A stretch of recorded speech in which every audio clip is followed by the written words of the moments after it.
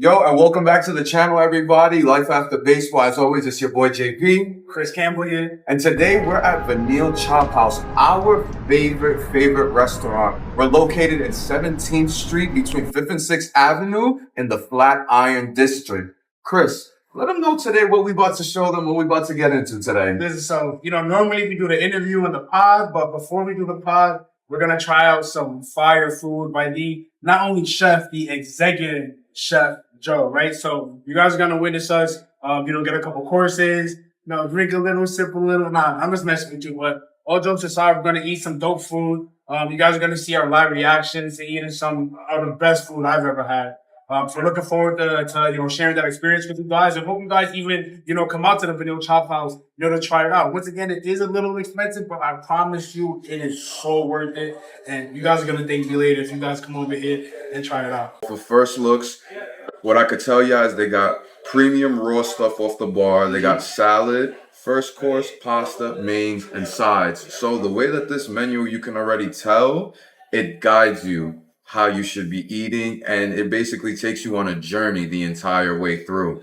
So, Chris, what stands out here for you off of the menu? Just talk to the people real quick. Let them know what stands out to you. But for me, what I've had before is the Caesar salad. It's not just the regular Caesar salad. It's the Caesar salad with that split. Yeah. That split. Right? That's dope. And then, of course, I cannot forget the veal ricotta meatballs. I mean, those meatballs are to die for. I've never had meatballs like that. So I'm definitely gonna order me some meatballs. But what stands out to you? And JP, I gotta shout out JP because he just came off a 72-hour fast. Yeah, you heard it right. Not 1 day, 2 day, a 3-day fast. I don't know how my brother do it, but that's how it's coming off a 72-hour fast, so I can't really eat how I would want to, but that's okay. But for me personally, opposed to Chris, I'll go to the raw bar. So if I was to come here, I would definitely have oysters. If it wasn't because I'm coming off of a fast, I would have definitely gotten the half a dozen oysters or even some tuna belly toast. Today, what I'm deciding that I'm gonna just go with a light Caesar salad. I'm gonna keep it simple with some fried Brussels sprouts with the ricotta. Want to try something different, and then also gonna try the pappardelle with the caviar and chives. Fine. Something real simple to give my body a chance to enjoy myself but not hurt myself. Yeah. Also, what Chris forgot is one of his favorite things. The focaccia, man. Focaccia is basically it's like a bread, right? But they make it fresh every single day here, right? In-house focaccia made in-house every single day. Beautiful. Fresh. And it's not the same focaccia. Every day it changes. One day you might get olives. One day you might get something with rosemary. Today it might be something different. So I can't wait. And on top of that, they have dipping sauces that come with it. That shit. And I'm a sauce guy. Listen, yo, put them on about that andouille sauce. The red andouille sauce. Bro, that sauce, it's like a... So that's like a sauce of butter. Yeah, it's like a butter, but it's like a spicy buffalo type butter to die for. Listen, I can't wait till... Well, hopefully you guys come over here, right? And try it for yourself. We can talk all we want, but you guys seeing the menu, you guys seeing the food just does not do it any justice. I'm telling you right now. I'm not going to show you guys the prices because you might get scared, but you know what? Lil Pete. Oh, yeah, your pocket. But nah, the focaccia, we just got the focaccia. Get to the table. Yo, look at that. Like, it doesn't get any better than that, bro. Fresh in-house every single day. Like I said, this does not do it justice. You guys... Then you got my favorite. Then on top of that, hold on. You can't just get the bread. You need the whipping butters. The first one, you got your regular whipping butter. Look at that. Number 2, we got Chris's. I'm gonna let Chris show you the andouille butter. I don't even want to show them because I might have to get you ready for that. Man, look at this. Look at that. Look at the color. Oh, son. I'm about to have to tell him I need the bottle to the crib. Type shit. Let's see. Me, I'm more the regular whipping butter, so. Damn, this is soft. like the flakes. Bro, look at this. It's like a pizza Wish you cup. could hear this thing. Huh. Coming off of a fast, this being the first thing we hear, crazy. This is different. Different. 10 out of 10. Oh my god. And then they got this olive oil that's on top of the bread as well. And then there's scallions inside this whipping butter, olive oil as well, bro. I need to know what's in this, bro, because His this shit foot. gotta be illegal, bro. It gotta be. foot. It gotta be illegal. His foot is in that shit. Crack in there.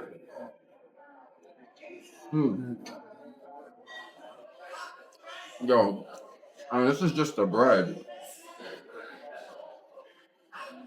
This is literally just bread right now. I'm about to steal some of this. Yo, bro. That shit no Yours joke. is fire too, but I don't know what's in this, but it's this. If you, let me see. And I'm a spicy person. Like I like spicy. You know, some picante. But it's just. Yeah. I'm not. You don't love it like I love it. I'm not super, it's good. It's really good. It's not super spicy. If you're someone who likes buffalo sauce, if you're someone who likes buffalo wings and things of that regard, that andouille is for you. If you like cooler flavors, like more refreshing and cool, Yeah. this andouille butter would be for you. This is more my speed. Wow. And it's funny because It's my time to bring the loaf. what? Bring the loaf. I want the recipe. That's the shit that gets you shot. Right? Alright, guys. Oh, it's nice. Yo, my boy. Good in yourself? Look at this, the love that we get. Meatballs. This is We the got love a little that we shrimp got. ceviche on the house. Chef What? Sammy's favorite. That's your favorite? Oh, I know he made that with love. I made the dish. elbow in there. Yes, sir. Cheese. Oh my God, guys. Caesar. Yep. No, you guys went above and beyond today. Brussels. Oh yeah. So we got arancinis, Caesar salad, wild boar ragu, fried Brussels, meatball, shrimp ceviche, and the malfadini with the caviar. The chef just brought literally Everything. Everything. Yeah, bring the arancinis over here. I didn't even look at what you was bringing. I know what you was talking about. He's like, yeah. I'm gonna have to kidnap Joe. If you want to live, you're gonna have to cook all this for me. That's a fact. I would hire him for a private event. 1,000%. That's what I want to do. I want to do an event and have him do the whole shit. You gotta see this? Like, you gotta see this right now?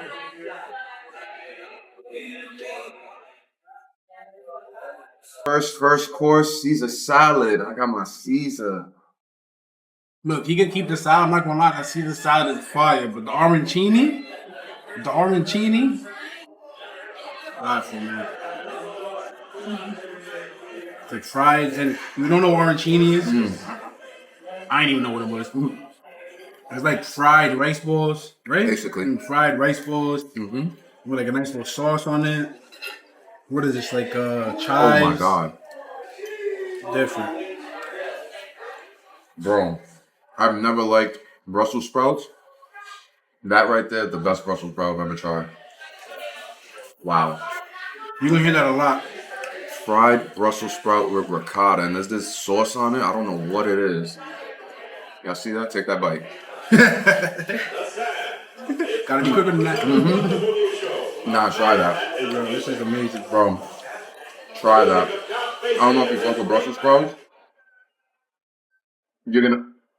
Man, how do these things get this good? Brussels sprouts?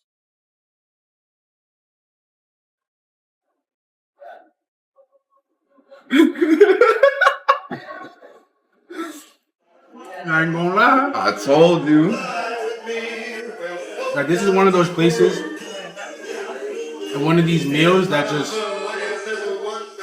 makes you want to go harder. So this could be just like a regular occurrence, not like a special occasion, not us shooting a podcast. We're just coming because this is like, JP said, our spot. And we're coming to eat regularly. I mean, this is as good as it gets. Honestly. We talk about Carbone, Brooklyn Chophouse. That's cute or whatever. This right here. Yup. That's that split. Nah, Chris, you hit it on the head with that one. Eating at places like this, being treated with this type of like treatment and hospitality, you want this to be your normal life everywhere you go.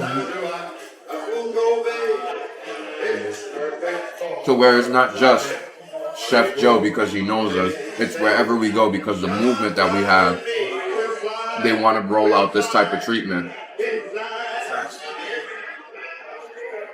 And honestly, it's a good reset. Like, like Chris said, it's pricey, but the way I like to look at it is eating here is like an investment. You can come here, meet someone who could change your life, or you just eat here and it's a constant reminder, you gotta work, you get to work. There's no time to be slacking off. Coming here off of a fast, my life is amazing, bro. Yeah. It is what it should be. Life is amazing. It is what it should be. And the crazy thing is the thing about this is because of baseball, right? Yes. Like, the connections we made. Shout out JP because him and Joe, Oh boy. we went to school together, right? At Xavier. And it's so crazy. I mean, Joe talks about it. And you'll hear him go into the story, but like Xavier is literally down the block. So it's so cool. Down the bottom on the other side. Yeah, Literally. Like we could throw a baseball and hit Xavier right now. That shit. He's not lying. We're literally where we're sitting. We're looking at a building. You take that building out, we're looking exactly at our old high school. I can't talk right now. Phenomenal. Yo, I have never, ever liked Brussels sprouts a day in my life. These are the only Brussels sprouts I fuck with.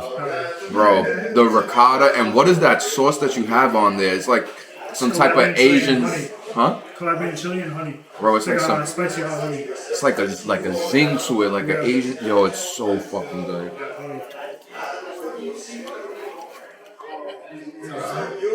Nah, it's a 10 out of 10, bro. You live with this. Like, you could just cook this for yourself all day. Right? But I never do because I'm making it. You make it. Yeah. Yep. That's true. And then You guys got like a room here? Cause like sleep at or something? Sleep? I wish, bro. I wish I'm I about was to pay. I'm like, about to I pay could some. sleep I'm over about here, to bro. pay rent here. Yeah, drinks, the Yo, food. so we had I a gotta girl. show you this. 10. Like first you saw the focaccia, beautiful. So the arancini, more beautiful. But this right here, I gotta come back to these. these are the veal meatballs. I'm telling you, the video does not do it justice. I'm telling you right now. At all. I'm on these Brussels sprouts. Yo, Crazy, right? they're crazy, bro.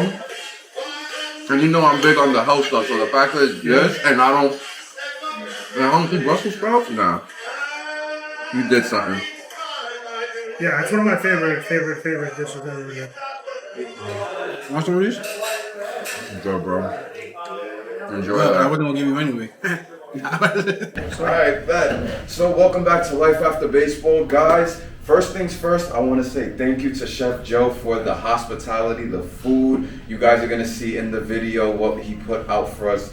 Pappardelle, wild boar ragu, arancini, veal ricotta meatballs, Brussels sprouts with ricotta. You can't forget the And focaccia. The focaccia, and they also sent a special ceviche with royal shrimps. Never even had it before. So first off, bro, thank you so much for the food. Thank you. Thank you for the food. So last time we were here, we were getting into your entire transition, basically going from baseball and schooling to now becoming a chef. And you were letting us know that, Mom Dukes, Mama Love basically sat you down and said, listen, if you're gonna be here on this roof, you need to go find yourself a job. Yep. And how did this lead into you going into culinary school and making that decision? Yeah, I mean, it was kind of one of those decisions that, like, an abrupt situation immediately changed the course. You know, it was like I was working in construction for a little while after I left school. Right. I was working fireproofing, working for a company for about a year. I was a foreman. I was making good money, but it just wasn't for me. There was no purpose behind it. You know, I wasn't like satisfied with what I was doing. I was using my hands, so I was like, my mind was occupied. Right. But it wasn't the same as like a fulfilling. Like, there was no fulfillment behind, that physical labor for me. So yeah, she told me, she was like, listen, Joe, you grew up in a family that was cooking, you could cook, like, go to culinary school, take it further, like, it's something that you could always, fall back on, you enjoy, and, like, take the risk. And I mean, for me, that's all I needed to hear, and it was just like one of those points in my life where you have that conversation with someone and you look in your eyes, you know that they're hurt from, like, the way you are, Oh, yeah. And, like, they wanted you to change, it wasn't like a, hey, Joe, you should do this. It was like, you're fucking up. Like, you have to figure out what you have to do to get yourself out of this place. Right. Put yourself back on your feet. So yeah, that was a really big moment for me. And then, just going to see the school. I think after we had that conversation, it was like 2 to 3 days. And I figured out how to get to the school, take the campus tour, the whole nine. And I went to the campus, and the rest was history, bro. That first moment walking in. Wow. What school was that? Right. The Institute of Culinary Education. Okay, nice. Institute of Culinary Education. ICE. ICE. That's crazy. That's crazy. Yeah, That's wicked. But now, you had that conversation. Had you looked into that school prior to that conversation, or it was like you had that conversation and it was boom, I found everything? I had that conversation, and it was like I said, it was that instant, okay. Like, I looked in my mom's eyes and I saw nothing but pain, and I was like, damn, like, I need to instantly make a switch. Like, there was no light at the tunnel for me, there was nothing. It was just like a blank canvas that I had, like, nothing to draw on, and now, like, all right, that mentality switched, I saw it, and then it was instant, bro. As soon as I was in that school, I was like, all right, I'm completely engulfing myself in this, I'm going to go work in a restaurant while I'm at school, the whole nine. And what year was this? 2021? No, 2020. Okay. 2020. Also the heart of COVID, basically. Yes. Yeah, right. Actually, no, I'm lying to you then. It was 2019, right before COVID. Okay. The year before, because I graduated and then I was in a restaurant for 6 months, and then COVID hit. Oof. Yeah. I can imagine that. But even before that, I just want to highlight, like, the fact that, right, I think you said a foreman. Yep. And then, I think we spoke about it before, me and JP talked about it, that hypnotic rhythm, right? Yep. You're in that routine for so long that you don't even realize how detrimental it is. And then you have a traumatic experience that happens that make you kind of, like, wake up, and it's like, yo, like, I gotta change, right? So we're talking about, like, it's kind of similar to a breakup, right? Like, if you're in a relationship for a long time and you break up, like, that's a traumatic experience for most people, where now it's like, you have to basically start from square one, you start from scratch, and now, like you said, you have a blank canvas now that you have to, draw on to make a masterpiece from nothing, essentially. Yep, 100%. So talk to us about now that you have jumped into culinary school and now you have this blank canvas, how did you go and paint your first picture? Yeah, facts. I feel like it was the influences of other people. It's like we've talked about this before, like being an athlete, like there's always an influence base, right? Like Yes. you mimic your game off someone, or you move off someone. Yeah. And for me, that was my first teacher.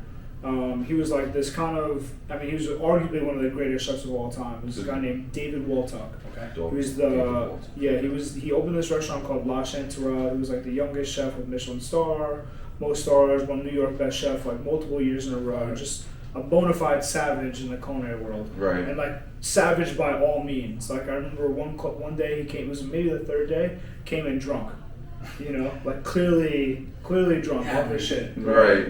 But like he made these clams with star anise. It's like that Chinese spice. Yeah. Dude, Literally looks like cloves. Yeah, it was the greatest dish I ever ate in my entire life at that moment. And that's just a lot, yeah. Right? Yeah. And bro, this guy's giggling, he's all fucked up, he's my teacher. I'm like, what the fuck is going on? You know, but he cooked it and it was so simple and so fast and effortless. And I tasted it and I remember just tasting it and be like, what? How? Yeah. Like, how are those flavors? Yeah. Like, this don't even make sense. It really didn't, bro. I was Yeah. literally mind blown. And then like that, seeing like the reality of someone like that being able to, you know, bring forth those flavors and still teach us like the truly right way how to like grow as a chef and grow as a cook. That was like my biggest influence, to be honest, in the beginning, and like him giving us the time of day and truly showing us like what it took to get there. Was kind of really my foundation and starting point. And then my other best friend, my friend Jordan, he was a sous chef and we met in class, but he was like being a sous chef and then going to culinary school here.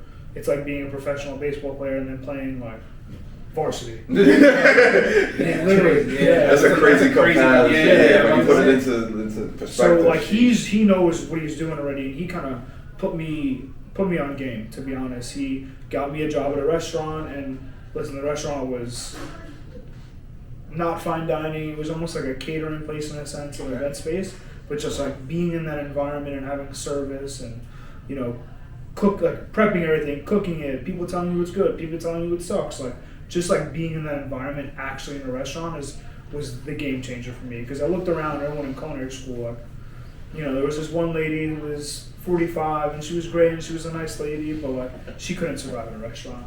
You know, she was able to like cook with us, but truly like in the heat of a battle, if I'm asking her to do 6 things, I doubt she could do one.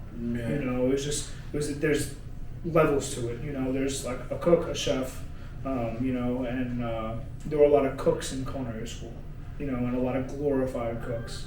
So there was definitely a massive difference from the people that were working in a restaurant in school already and the ones that weren't. So, you know, I credit Jordan and my teachers at that point to like really give me that motivation to like really put my time into it. You know, and effort led to motivation. I was having 18-hour days, dude. I was going to school in the morning. I would take the ferry 6 a.m., get to class for 8 to 12, then go chill out at my boy's house, take a couple of bong rips, go back to work, and then work till like 1 o'clock in the morning, and then travel home and repeat the cycle, get back on that How long were ferry. you doing that for? Because I can imagine that was probably for a good amount of time. 6 months. Wow. Yeah. Every single day? Every day. No, not every Well, day. not, but but for the most part, 5-6 days of the week. Like four days out of the week were like that. They were just like that reoccurring cycle. And then I only had school 4 days a week, and then I worked another day, that 5th day, and then I had 2 days off. Yeah, it was crazy tough. Now, do you feel like when you jumped into culinary school and you started to get into the cooking, that it gave you like that same feeling that baseball had given you? Because, you know, as you're describing your day, it's just also reading like a day in the life of an athlete. All right, you're waking up at 5 a.m. or 6 a.m. to jump on the ferry. Cool. You're waking up at 5, 6 a.m. to jump in, to go to the gym, get dressed, go to the gym. Then you got your first practice. Then you got this. Then you got the game. Then you got the game, which is essentially like getting school thrown into or restaurants. to restaurants. So like, do you feel like it gave you that same exact feeling? 100%. That cooking is competitive, especially cooking at a high level. Yeah. Super, super competitive, super cutthroat. New York City kitchens are super cutthroat. And I feel like it's kind of dying a little bit now. It's not the same. I'm sure there's some kitchens that there's, you know, cooks fighting to climb the ranks or whatnot, but it's very diluted now and it's much different. But I mean, listen, it's only 5 years ago when I started. It's not a crazy span amount of time, but I feel like there's been a massive paradigm shift in like the environment of like who the people are within the culinary world. But with that being said, like the competitiveness from baseball was like the edge you need. It's like a championship game every day during service. As soon as 5 o'clock hits, there's no looking back. Yeah. Like you have all of your mise en place done or you don't. And if you don't, there's no one to save you. Yeah. Right? It's like being on the mound in the 6th inning, bases loaded. Yep. Yeah, you can't. You know? Coach, I need help. I need you to throw this pitch for me. Yeah. No one's saving you, bro. Go throw it. Yeah, and there's coming up, like, I mean, me being an executive chef now, you don't realize, like, being the chef and the way cooks look at you. And it's like someone could just talk stern, but they might take it personal or whatnot, criticism well. And I think that was a hard part for me too, to understand that like sometimes their like way of criticism was a little bit too direct, and I wasn't ready for it at that time. Okay. You know? So it was that competitiveness, getting ready, like making sure you were good for service. That was really like that edge from sports carries over massively into the kitchen. And people who play sports have an advantage in the kitchen. I was just about to ask you, do you feel like your baseball background gave you a competitive edge over people? 100%. And like 100%. What specifically do you feel like outside of the competitive edge that you feel like you have in baseball? Like what else also like contributed to your success, especially the success you have now? Yeah, I mean teamwork. Teamwork is huge. I mean I may have created the menu, but I don't cook everything. Right. Like if it wasn't for my guys in the kitchen, I'd be nothing. Yeah. You know, I owe so much credit to them that they can execute every night when I need them to. Sure, we're not perfect, we make mistakes, but you know they're game and ready to go every day. You know, and if they're not, I'm riding their ass. You know, and they're gonna hear it and they're gonna feel it. So yeah, I mean that is definitely like the biggest thing for me. Yeah, and I feel like what's I think dope about your story is I know earlier you talked about a little bit about like when you were kind of going off the deep end a little and you had the little group of guys and like, you were like the leader of that. Yeah. You just literally took that same leadership qualities but you put it into something that's more beneficial. And I can see it now, right? I mean, obviously, you know, you guys can see more behind the scenes of him being in the kitchen and him cooking and him, you know, just kind of in his element. Yeah, just being in his element, but the leadership he has, just like the guys around him, you can tell he's a great leader because of how everybody else around in this spot, like how they carry themselves, their hospitality, their attention to detail, and how, you know, strict they are when it comes to their own stuff. So that's like, a fact. I see that like that leadership that you had where like people were following you in like a negative aspect. It's just cool to see that full 360 transformation. And now, you know, you're highlighting your team. You even just said, listen, I'm nothing without them. Exactly. So that takes a lot of you know the ownership and stuff like that. That's a fact, because from the first day that we've been here, anytime we mention your name or something like that, they say it with a smile. There's never, I have not seen a single person ever come up to you and no, everyone comes up to you with a smile and everything, and it just shows that leadership quality. When we first came here, it was like, oh, you looking for Joe? Oh, he's in the back, Joe. It felt so family oriented. Like even me coming up to the hostess and asking them, you know, for you and everything. They're welcoming me and Chris as if we've been here multiple times. So like that right there just goes to show you, you know, that quality of leadership, how it just drips into everyone. And even you, like you said, you mentioned it before, how you brag that one of your cooks makes a focaccia better than you someday. Like, and it really brings you joy. But that brings me to my next question. When did you start to realize that you belonged in this world, like in the culinary world? Like after culinary school, you know, maybe even after your first restaurant, or what was the moment that you realized like, okay, I belong here. This is me. This is my shit. That's a really strong question, bro. To be honest, at this moment, I still feel like I don't belong sometimes. That's so crazy to say. Yeah. After the food we just had, bro. That's so for him to say that is wicked. This has been. I went from being a sous chef to running a company to being a private chef to now opening a restaurant. So the past like 2 years for me has been like a kind of like jumbled of extreme experiences. Exactly. And like for me the restaurant that I came up in was 2 blocks away from here. It's like one of the most reputed restaurants in New York City of all time, one of the biggest chefs of all time. And for me to have a restaurant 2 blocks away competing with it. Pop your shit, bro. Talk is heavy. It's crazy, but like there's that imposter syndrome sometimes. It's like it's me and I know the life I live, bro. Yeah. You know, I know what I've done, I know what I haven't done, like I know how I wake up, I know how I shower, and I'm like we got an event, I'm going with the big dogs. You know, like there's people that you dream, like I couldn't even think of meeting that now we're peers in a way, you know, and it's a scary thing. And you know, the times I feel like I belong the most is when I know that when I see everyone else thriving. You know, like when I'm at the Speaks pass. so much volumes to you. Yeah, for sure. but it's true though, bro. Like if I'm, say, like instance in the kitchen, right? It's like the pass. I have a garde guy. I have two line cooks on the hot line, and then I have an expediter, right? If I could just take a step back and I see everyone doing everything without me having to say a word, that's when I know that I'm doing what I have to do. Yeah. And I feel like that's when I have had that realization. Okay, like I am the leader here. I am leading these people. Like they're eating because of me. Yeah. You know, and sure, I might not necessarily be doing their paychecks, but if it wasn't for me, they might not be here. You know, so it's a hard weight to carry sometimes. You know, the saying "heavy is the crown." You know, but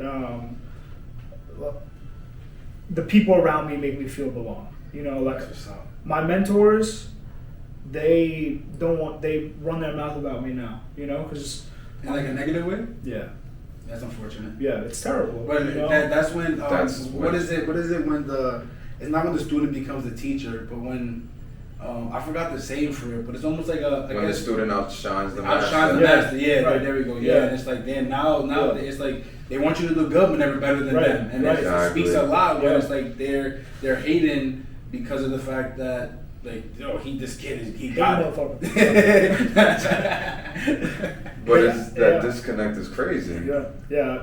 And listen, like I owe a lot to those people. I talked about it before. It's those beginning influential relationships that put you in a position to realize that okay, I could do this too. Or like they're showing me something or showing me an ingredient I never heard of. They show you how to use it, and like there's so much valuable information that you can take from someone. And then like I was always so grateful. Like if someone's giving me the time of day, I've always been grateful. Time is the only currency we have, right? Yeah. So if someone does that for me, I'm super grateful.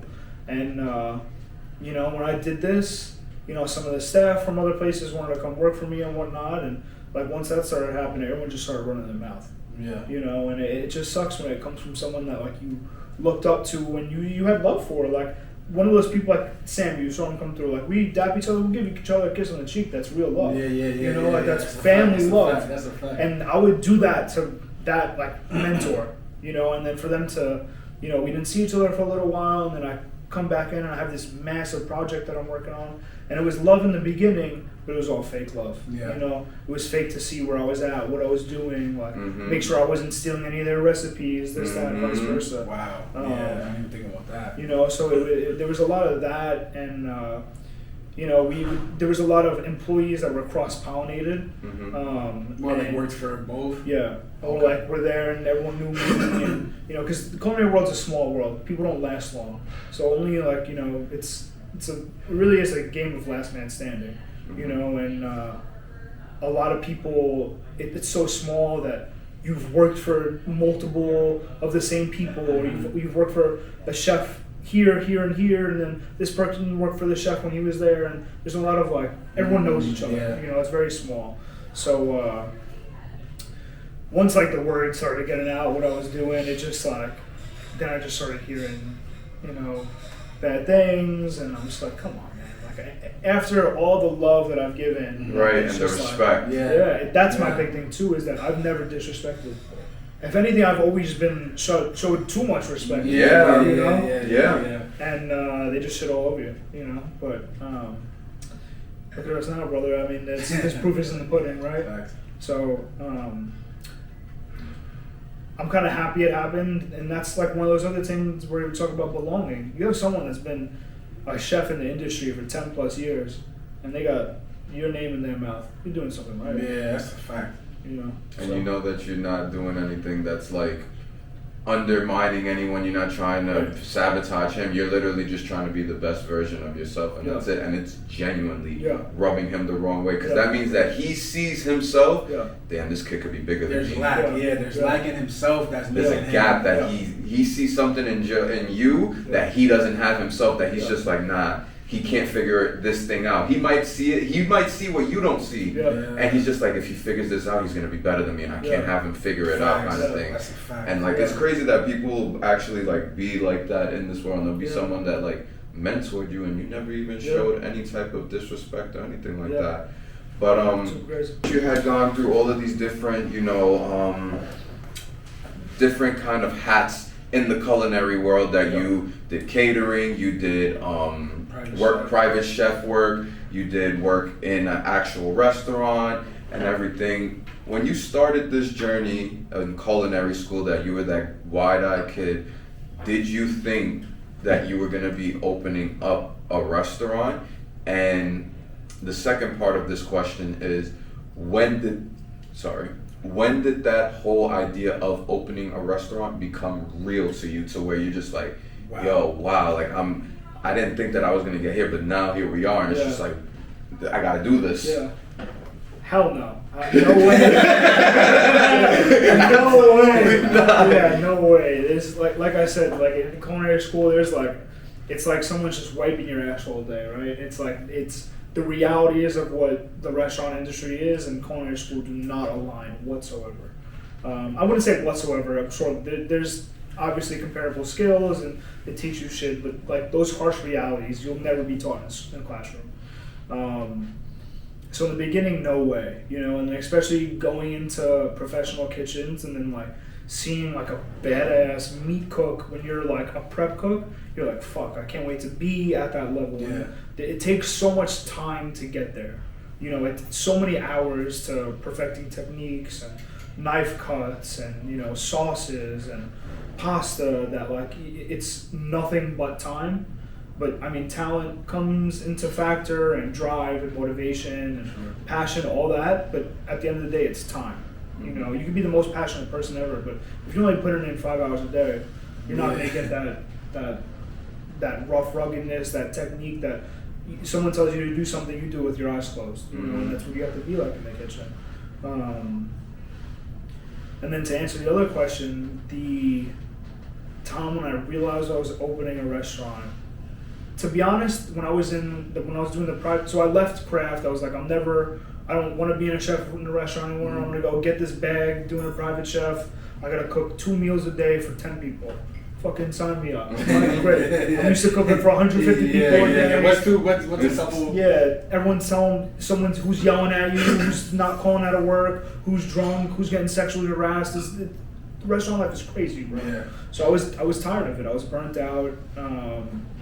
My chefs at the time, it was just like people were dropping like flies out of the company, and it was too much of a burden. I never had that type of responsibility yet, and it kind of just, I was burnt out. It just kind of weighed on me, and I was like, I'm going to go have this new endeavor, try this private chef world, and I thought I would never work in a restaurant again. I was like, This bag is too big, these people are too nice, I just put on my nice apron, my nice Chef White, I cook, and it's the easiest thing I've done. Right. But then you realize, at the end of the day, sometimes it's not, that money's there, but the fulfillment's not there. There's nothing like running a team. There's nothing like I said, that championship feeling. There's that leadership. Yeah, there's nothing like it, dog. People are eating off your plate too. And that's kind of been like my biggest thing becoming a man, is realizing that I'm so grateful my plate's full, but here, you could have something to eat too. Yeah, I love that. So I think the moment when was opening night, that was like, opening night here was like the craziest experience. January 31st. Of last 2025. Year. 2025, yep. Wow. January 31st. Wow. Yeah. So that night, bro, it was just, my whole family was here, my sister, my nephew, my niece. I had I had like triple the amount of staff that I have now. Yeah. I had one person that was just like making focaccia, one person that was doing pasta, one person that was making tiramisu, a sous chef that would just make sauce, but he would bitch and complain the whole time. I had a massive staff, and it was just like, all right, we have a beautiful restaurant, we're packed, the music is blaring, everyone's telling me everything's great. Who's coming over and giving me a bottle of Macallan? I got a bottle of Ace of Spade. Like, my friend brought me the best ounce I've ever seen in my life. I'm getting gifts because of the hard work that you put in, and at that moment I kind of had the realization that, all right, we're here. Now it's time to really put in that work and, get us to that point. And it's just the gas. I just haven't let off the gas since. You're just trying to perfect the craft and make sure the guests are happy, the hospitality is on point, and Yeah, I mean that moment, that day, like after it was insane. Like the tickets went down, like the ticket machine went down. Servers are writing in tickets. The table numbers are incorrect. This was the first day. It was, it was insane. It's not like a draft day. Like when somebody gets drafted to the league, like that's a big moment. But that's when you said like the work starts. Yeah. It was like putting the Bad News Bears in like the World Series. It was like, straight up, because there was when I tell you everything was fucked that day, everything was fucked. Yeah. Like the tickets, tables, nothing matched, nothing made any sense. I remember we finally got the last ticket out. Like service started at 5 and we finished at like 11. This entire place was packed, every seat, people standing, drinking, scream, bro. It was crazy. I'll show you guys a video after. It was insane. And I remember service was over. It was thought it was awful. You know, I'm like, in the kitchen. You as a chef, you're chasing perfection. You'll never reach perfection, but you want things to be right. Right. Like if I have a ribeye coming up, I want it sliced perfectly. I want you to see the eye. I want you to see the cap. I want you to see the decal. Like there's certain things that you want, right? And those standards weren't met on that night. Yeah. And for me, I was like. I was inside and I was like, literally crashing out, bro, crashing out. But then you realize that, you know, we're a young team, like, our leadership is young, like, the leadership at the front is young, it's a new restaurant, and all those mistakes had to get made to make us better. And I just remember when that last ticket went out, I stepped outside and I smoked a cigar, and I had like 4 shots of that Macallan 15, and I was like, damn, bro, like, I can't even believe it. Yeah. I can't even believe it, bro. It was the most surreal feeling I probably ever felt, just standing up there, staring at the restaurant and be like, wow, the work that I put in that you never thought it would make. Like those days where you've worked 10 hours and you had a shitty commute and someone shit on the train on your way home, you know, like regular New York shit. Yeah, you got 10 Facts. Unfortunately. Yeah, you got $5 to your name, you're getting a coconut water and that's all you got for the night, you know. Like I remember that time so vividly, and to be in this position, just like super grateful. And like I said, seeing other people like come up with me is like my biggest thing. And all of the guys that I have with me started at the bottom with me, which is insane. Like before I was a chef, like before I was a sous chef, when I was a cook, like my main expediter, I was a salad. I was making salads when we met, you know. And he was, you know, he was at the top of his game there, and now he's my expediter. And our respect level is strong, and whatever I ask of him, he does. He does it above and beyond, you know. And like it's just so full circle to see people in the beginning of my career, and now I feel like I'm, you know, reaching a newer height, and having those people around me is like, for me, it means everything, you know, and their loyalty means everything. And it's not loyalty out of money where it's like, all right, I'm greasing their pockets, right? They're working for me, they're gonna collect the check every Friday. If I was like, yo, payroll's fucked this week, I guarantee they would also come in, you know. That speaks powerful, bro. That speaks volume. And listen, that might be a little stretch, but you know what I'm trying to say. For the most part, you could get a week by, like, you know, if you guys had a rough week, you know, the team will come together, like, yo, Joe, don't worry, we'll come together, and like, you know, you could depend on that. Yeah, you know, so. Yeah, I want you to talk about a little bit about the success now, especially because, like, obviously, you know, you have that grand opening night. You know, things didn't go how you wanted, but it sounds like a draft day. Everybody's coming to support you and things like that. Like, how do you transition from that, right, the start of that, to where you at now, right? Because we're in October now, about to hit November, and I mean, we walked in here packed. The place is jumping. Like, how does it go from there, and how do you like keep that consistent, especially a restaurant in New York at that? I mean, I don't think we're successful yet. You know, I think we're far from it, to be honest. There's so much work that has to get put in to reach that success. Sure, the success in the work, yes. Like where we've been able to survive. You know, New York City restaurants don't survive. Yes. I forgot what the numbers were, and I don't want to sound like an asshole, but I think it's like 65% within the first year completely fail, right? Don't even make it past that 12-month mark. You know, so we're closing in on it, and we know we're going to make it out. So that feels really good. That's a small, I wouldn't say that's success, but that's a win, you know. But the biggest thing is that consistency, and that's extremely hard to garnish, especially with human beings, right? Like managing staff is so hard because, right, I might be in a great mood, but Jay didn't get any sleep last night because his pops was yelling at him all night. You know? You had to pick up your grandma at 6 o'clock in the morning, right? So every day there's a new curveball, I guess, thrown. Always, bro. A new pitch every day, right? No matter what it is, there's going to be an obstacle. Like today, I didn't think, I was like, oh, great, I'm going to come in early, I'll do everything. And then my sous chef he had to do something with his son, he was 4 hours late, right? So I relied on that labor, but I had to be there to pick up the slack, work through it, and we got to that end point.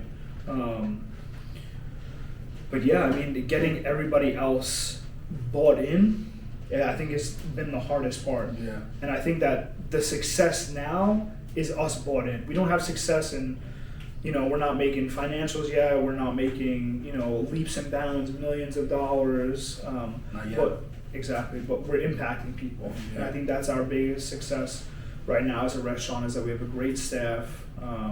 And everybody's bought in. There's no bad eggs. There's no one that's moping in here like, oh, I have to come to work. Everyone's dialed in, tuned in. When you come sit and eat with us, you're gonna have an amazing experience from start to end. That's a fact. That's not bad.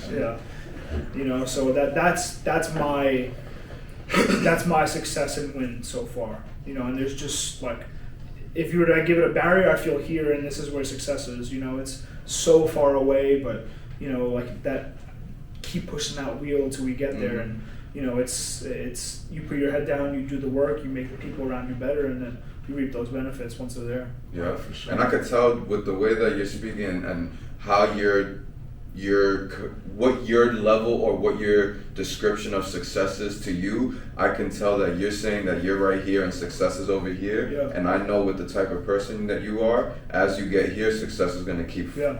And it's going to keep going further away because you're going to keep pushing that. So much on the culinary side, but how did we get to here? How did we get to Grassy? Yes, sir. Grassy, NYC. Talk to us about that. Where did this even come from?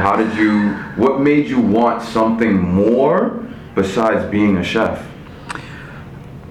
For me, like we're talking, I've always been that type of person that if I love something, I'm a psychopath. I have to monetize it. Right, I have to. It's like if I do something I love, I want to make money off of it some way, somehow.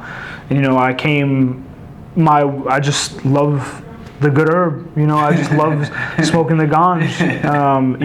And for me, long hours, and it's really, for me, it's healing. It really is healing. It helps me center. It helps me stay present. That's really what I don't chase the high anymore. It's kind of that. I feel like there's always been levels to your cannabis journey, right? Yeah.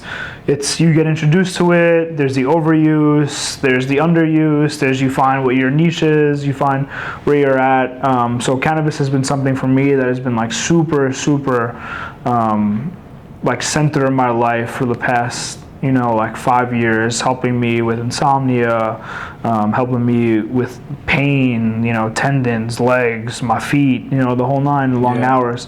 And I just always been present in the cannabis game, And then I had a friend from high school, the high school we went to, Xavier, who's a serial entrepreneur. This guy's got a couple businesses. He runs a doggy business. Right. He runs like a dental bib business. He's just a hustler, like one of those guys. It's shout out to Mike. He's a great guy, man, really down to earth. And he knew I was kind of just in the cannabis industry and knew my way around. And he came to me to like consult about it. He was like, yo, I'm dropping this new brand. Like, I just want some insight. What do you think would be great? This, that. And he didn't even actually come to me directly. He knew who I was, knew like what my circle was, and from a third-party friend reached out on his behalf, and then we connected, we sat down, we met, and then the rest was history. Our minds kind of just met. I was more of like the street rep of the brand, getting it on the cement, getting it on the street, going to the dispensaries, exactly, like knowing the ins and outs of the industry and who's the whales, who's the fakes, who's the real players, knowing that is like huge in the cannabis industry too, because there's a lot of frauds. and he brought the idea to me, and I just fell in love with it the first time I saw it, and then I smoked it. And I'm like, and I'm a bougie smoker. I'm a bougie smoker. I like pinky out. All yeah, exactly. Like I was for me, I was like a professional. It was for me like professional roller. Like I just love rolling like a 2 gram massive joint. You know, just enjoying that smoking experience. And it was that ritual of rolling up, lighting it. It burns perfectly. You get the perfect ash. It was that whole like niche connoisseur, you know, and I never fucked with cones. Like never. Like cones was like the amateurs, you know. Why you sucking a cone? I gotta roll one. Come on, like let me show you. You know. Make sure we smoke responsibly. Yes, just always, there, always. And cannabis is not for everyone. You know, it's definitely one of those things that I feel like today in mainstream society, it's just like so inundated, and everybody is smoking weed for, you know, pop culture or like just to have that facade that they're a stoner, and it's definitely not for everyone. And there's, you know, schizophrenia and, you know, all those mental issues that can come from it, you know, and it's not something to be light of because I've seen it happen to someone firsthand, you know. But with that being said, for me, it's always been like a safe haven, you know, and finding Grassy and the cones is just like, it was almost like a deja vu moment. Like I don't really ever have any of those in my life, but I just remember talking about it and being like, wow, I always wanted to have a cannabis brand, but I never, like, any like growers that I knew or that I was working with, like it's hard, right? Things are coming from California, things are coming from Michigan, you know. Some of the New York guys, they've been here for 20 plus years. What are they gonna do trying to work with me, trying to work with them? They laugh at me, you know. So finalizing this product and like getting it, the packaging, the branding, you know, and Mike really did like 90% of the work here. You know, he really just like figured it out. You know, the branding is just so clean, so concise, and it's even one of those things that, like, I think we talked about it. Like when you're done with the cones, you want to keep the box. Yeah. You know, I might throw some index cards in it. It's a little storage thing, you know, and I think that the base entry level of the brand is so strong, and then the product is even better. So the papers we're getting from France, so we import them from France, and we manufacture things in India. So they'll manufacture the box for us, roll everything, and then they'll ship it to us. So the whole process is pretty involved, but it's kind of like being a chef. It's about sourcing, right? Sourcing is everything.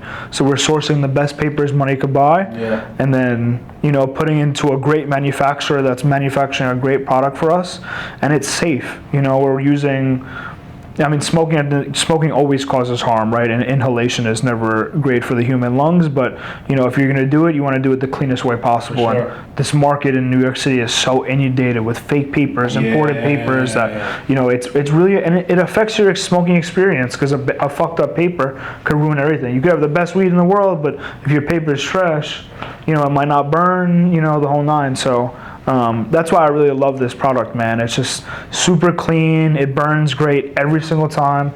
Slow burn, and super on the go, and like almost like a conversation piece sometimes when you bring it places. 100%. You know? Especially if you're pulling out a packaging like this. Like you pull something out of the grass here, and then they, hold on, what's that about? So, you know, just walk us through real quick, you know, if we were to go and order a box from Grassy, what we would expect, what we're gonna see inside. Yeah, definitely. So if you were to order from us, the best place is probably Amazon, or personally, you know, reaching out to me or Mike, and we could fulfill your order. But yeah, so we're our biggest revenue stream is definitely from Amazon. Nice.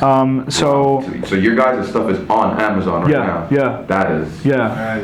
And if it wasn't for Amazon, the brand would probably be a little bit slower. But Amazon is crushing for us, man. Nice. And you know, we're in a couple of dispensaries. We're in all of the Days locations. So the Days location in Union Square, Syracuse, Massachusetts, a couple of smoke shops around, but you know, Days is probably our biggest premier dispensary that we're working with. And we did a collaboration with Strain Stars on Long Island. They did a custom box. They had Strain Stars here. It was their own branding, and then they had like their own Long Island's first recreational dispensary here. So it was really cool. It was like the first thing that we got to do with another company. But yeah, so if you were to get Grassy, it is pre-rolled cones, so they're made from wood pulp. It comes with 50 in the box, and we sell the box for $9.99. So for 50 cones, $9.99. Yo. You definitely get your money's worth. I know other companies are charging $6 for a 3-pack of cones. Yep. I'm a smoker, dog. I'm smoking 4 or 5 joints a day. Like Those raw cones that you see in the store, they come like 1 or 2. Yeah. They want like $7 to $10. it ain't doing it for me, dog. You know. So that was also like the big thing for me too. Is like, damn, like 50 in a cone, 50 in a box. I could really just buy one of these and I'll be good for a month. You know, smoke through them, re-up, and $9. Come on, you're not beating for the quality. I mean, like the iPhone box. You know where people want to keep the iPhone boxes? It's a great parallel. Yeah, Honestly, 100%. what I think is like the dopest part about this whole thing, not only just the box, but it's the fact that every single line of cones comes with a stuffer. Yes, sir. Necessity. So you don't have to worry about losing one. You don't have to worry about keeping one. You get 5 of them. So you're getting 50 cones. You're getting 5 stuffers. You're getting beautiful for $10. Yeah. You can't beat it. Proof is in the pudding. Like, Yes, sir. He cooks like a monster. And he's only a marketing like a monster. Thank So you, it's bro. like you really can't beat it. And Yeah. like, so now you have your own paper company. Did that make you think, or has it had you thinking about getting your own strain now? Yeah, we're actually in the works with a company right now to get a pre-roll on the market.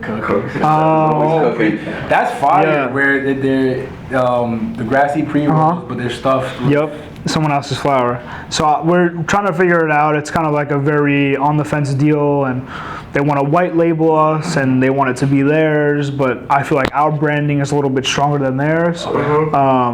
So we're just like working out the deal, and they have some great flower, and we sat down and did a taste test like 2 weeks ago. I laid out like 40 different strains, and they're like, all right, well, go ahead. And I was like, well, where do I start? He said, go ahead. Yeah, so we just sat. I mean, and it's just like doing what I love and monetizing off it. It's like, wow, I used to like beg someone for $20 so I could buy an eighth. Now I have a grower showing me 40 different strains that I had to pick For your to own use the paper, for your own papers. paper. Yeah. Paid to live. Yeah, All of that. yes, sir. You were getting booked. Yeah. He was over here making sure that you don't Getting booked. like Getting beat up for a joint, son. for this, and now it's literally something that you're sitting up and you can smile and you can literally do after one business to the next, and that's something I want to highlight and I want to definitely shout you out for. Your level of work is, it really lines up with what we believe in this life after baseball message, this idea of, entrepreneurs and everything like that. The fact that you'll go and you're waking up 6, 7 in the morning, even earlier sometimes, because you have to make the fresh focaccia every day. You're waking up, you're doing your business stuff with the restaurant, then you're leaving the restaurant when the sun goes down, 11, 12, go home to then work on your own personal brand. Sometimes even having the personal brand showing up at the restaurant where they're both overlapping each other. That goes to show when we were having this discussion, all 3 of us were having this discussion when we were eating, there's no such thing as balance when you want to be great at something. Like, it's just a season for everything, and Chris said it. Jordan said it on the last. Remember on the last pod, we asked him. Was like, bro, like, how do you balance your social life? I don't. And we started laughing, but it's funny because it's true. And I asked Joe the same question. I'm like, bro, like, where do you take time for yourself? He's like, bro, to be honest, I don't. And it may sound unhealthy for some people, but the people who get it, right? There's a season in entrepreneurship, an entrepreneur's life where you're just all in on your dreams. And sometimes that may be for 2, 3, 4, 5 years even, where you really don't have a social life, you're not dating. If you are, there's not really much time spent with them. Like, there's just a lot that they're dedicating to a dream that only you can see. Yeah, that's a fact. 100%. That's a fact. Well said. So I definitely want to shout you out for the level of hard work and, like, me, and that's why it was very important for me to get you on here and, like, your interview, because, like I told you, I remember the kid who came up to me and said, yo, Jay, I'm about to go to culinary school. And Bro, I lit up when I heard that. So like That's to dope. see, and funny enough, where we met and he told me that was on 23rd and Water, right? and Lexington. No, right there. Oh, by the other roof. way, yeah. On 23rd and Lexington. Yeah. That's where we met up because I sold him a pair of sneakers on 23rd and Lex. Yeah. True Blues, baby. Triple threes. Yeah, those are fire On too. 23rd and Lex, he told me, Jay, I'm going to culinary school. To see 5-6 years down the road, we're on 17th between 5th and 6th.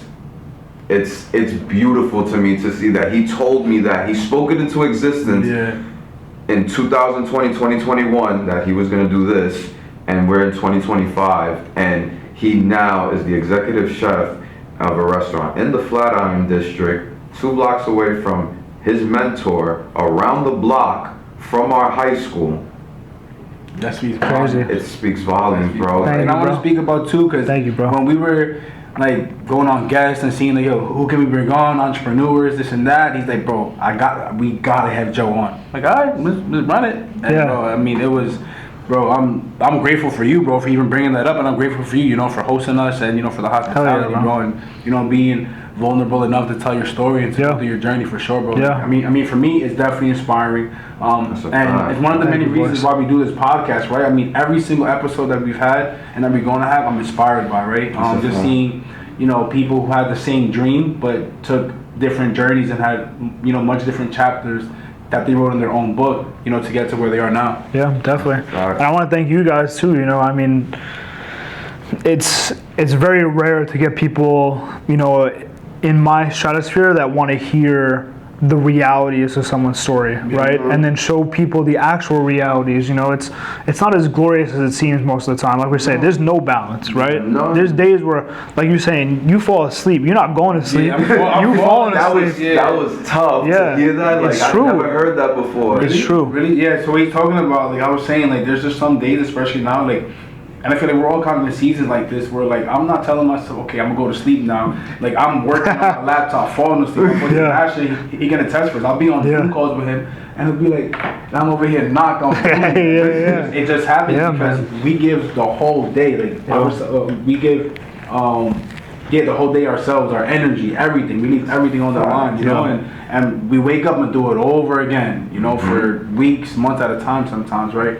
And I think Joe's success shows that, right? All the work that he's put in, he's not where he is now by accident, right? And it's not luck, right? And if you want to say it's lucky, that's when, you know, preparation meets an opportunity, right? That's what luck is for me. So I feel like, you know, once again, it just speaks so many volumes to his leadership, who he is as a person, his character, and just everything else in between, for sure. Joe, let the people know where they can find you, where they can find Grassy, Vinile Chophouse, your handles, social media, everything where they can find you. Let them know.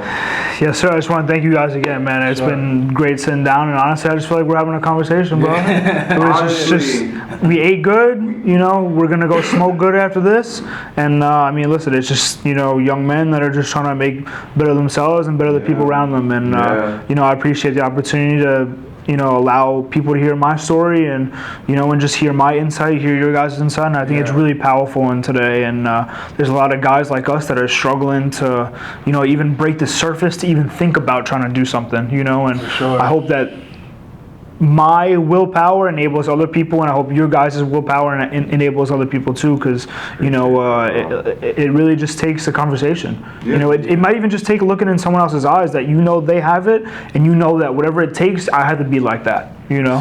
That's That part.